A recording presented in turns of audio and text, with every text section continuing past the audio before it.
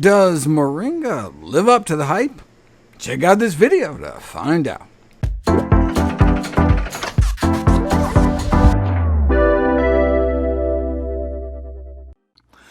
Moringa is a plant commonly known as the miracle tree due to its purported healing powers across a spectrum of diseases.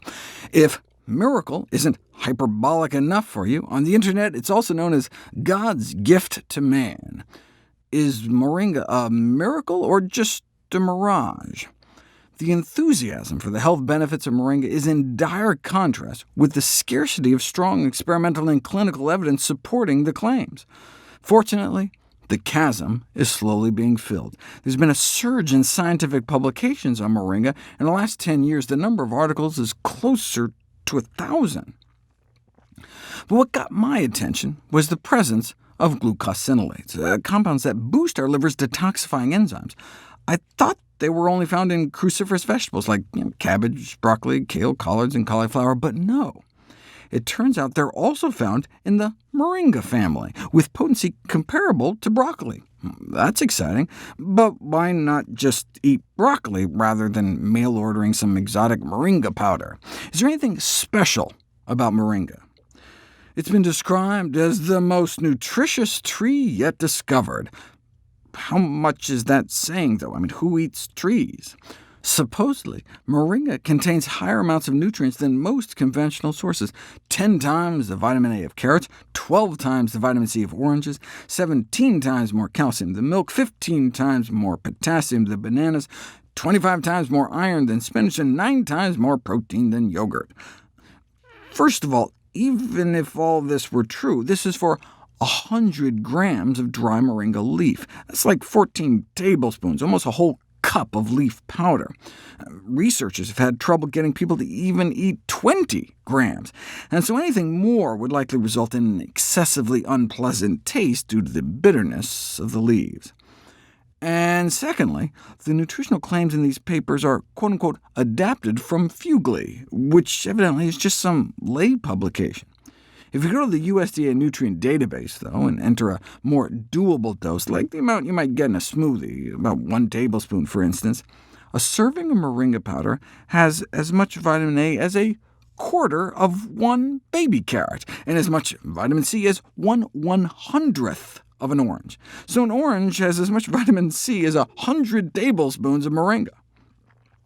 A serving of Moringa powder only has the calcium of half a cup of milk, the potassium of not 15 bananas, but a quarter of 1 banana, the iron of a quarter cup of spinach, and the protein of a third of a container of yogurt.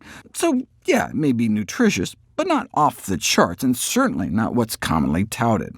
So again, why not eat broccoli? It's got the A, C, calcium, potassium, iron, and protein of broccoli.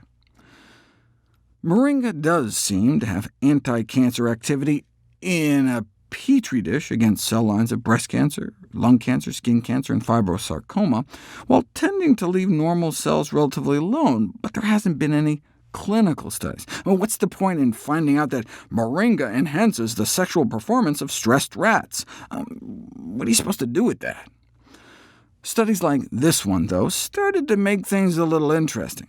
Researchers were testing the effects of a tablespoon Moringa leaf powder once a day for 3 months on antioxidant status, and saw a drop in oxidative stress, as one might expect from eating any healthy plant food. But they also saw a drop in fasting blood sugars from pre-diabetic levels over 100 to more normal levels. Now, that's interesting. I mean, should we start recommending a daily tablespoon of Moringa powder to diabetics? Was it just a fluke? Moringa and blood sugar control, a review of the current evidence, next. Clearly, in spite of the widely held belief in the health benefits of Moringa, the interest of the international biomedical community, the medicinal potential of this plant, has been rather tepid. Spectacularly hesitant, in fact, in exploring its nutritional and medicinal potential. Other superfoods, such as garlic and green tea, have enjoyed better reception, but they also have more scientific support. There are thousands of human studies on garlic and more than 10,000 on green tea, but only a few hundred on Moringa. The most promising appears to be on the effects of Moringa on blood sugar control. If you have people eat about 5 cookies, this is the kind of blood sugar spike you get. Add about 2 teaspoons of moringa leaf powder into the cookie batter, and even with the same amount of sugar and carbs, the blood sugar surge is dampened. Just having people drink 1 or 2 cups of moringa leaf tea before a sugar challenge suppressed the elevation in blood sugar in all cases compared to those who drank plain water instead. Here's the spike after sugar with no moringa. Here's the reaction to the same amount of sugar 30 minutes after drinking moringa tea. No wonder moringa is used in traditional medicine practice for diabetes, but you don't really know if it can help until you put it to the test. Diabetics were given about 3/4 of a teaspoon of moringa leaf powder every day for 12 weeks, and got significant improvements in measures of inflammation, as well as long-term blood sugar control. But the reason they call it a quasi-experimental study is because there was no control group. The researchers just took measurements before and after, and we know that just being in a dietary study can lead some people to consciously or unconsciously eat more healthfully, so we don't know what effect the moringa itself had. Even in moringa studies with a control group, it's not clear if the subjects were randomly allocated. And in this study, the researchers didn't specify how much moringa people were even given. I mean, what does 1 tablet's worth mean? No significant improvement in this study. Maybe they didn't give enough? This study used a tablespoon a day, and not only saw a significant drop in fasting blood sugars, but a significant drop in LDL cholesterol as well. 2 teaspoons a day didn't seem to help, so was it just that a whole tablespoon is needed?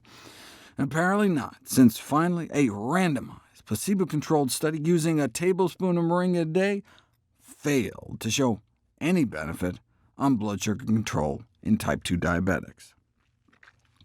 So we're left with a few studies showing potential, but most failing to show benefit.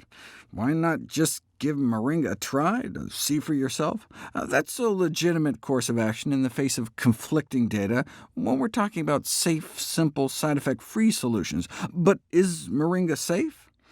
Probably not during pregnancy, as about 80% of womenfolk in some areas of the world use it to abort pregnancies, and its effectiveness for that purpose has been confirmed, at least in rats, though breastfeeding women may get about a half-cup boost in milk production based on 6 randomized, placebo-controlled, blinded clinical trials.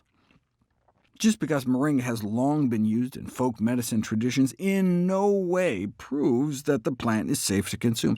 Lots of horribly toxic stuff like mercury and lead, for instance, have been used in traditional medical systems the world over. But hey, at least no major harmful effects of moringa have been reported by the scientific community, or more accurately, no adverse effects were reported in any of the human studies that have been conducted to date. In other words, no harmful effects have been reported until now. Stevens-Johnson syndrome following moringa leaf consumption. Stevens-Johnson syndrome is probably the most dreaded drug side effect, a rare but potentially fatal condition characterized by epidermal detachment. In other words, it can make your skin fall off. 14 hours after consuming moringa, a guy broke out. The same thing had happened 3 months earlier, the last time he had eaten moringa, causing him to suffer extensive lesions with blister formation over his face, mouth, chest, abdomen, and genitalia. This case report suggests that consumption of moringa leaf is better avoided by individuals who are at risk of developing Stevens-Johnson. Although it can happen to anyone, HIV is a risk factor. My take on moringa is that the evidence of benefit wasn't compelling enough to justify shopping online for something special when you can get healthy vegetables in your local market, like broccoli, which has yet to be implicated in any genital blistering.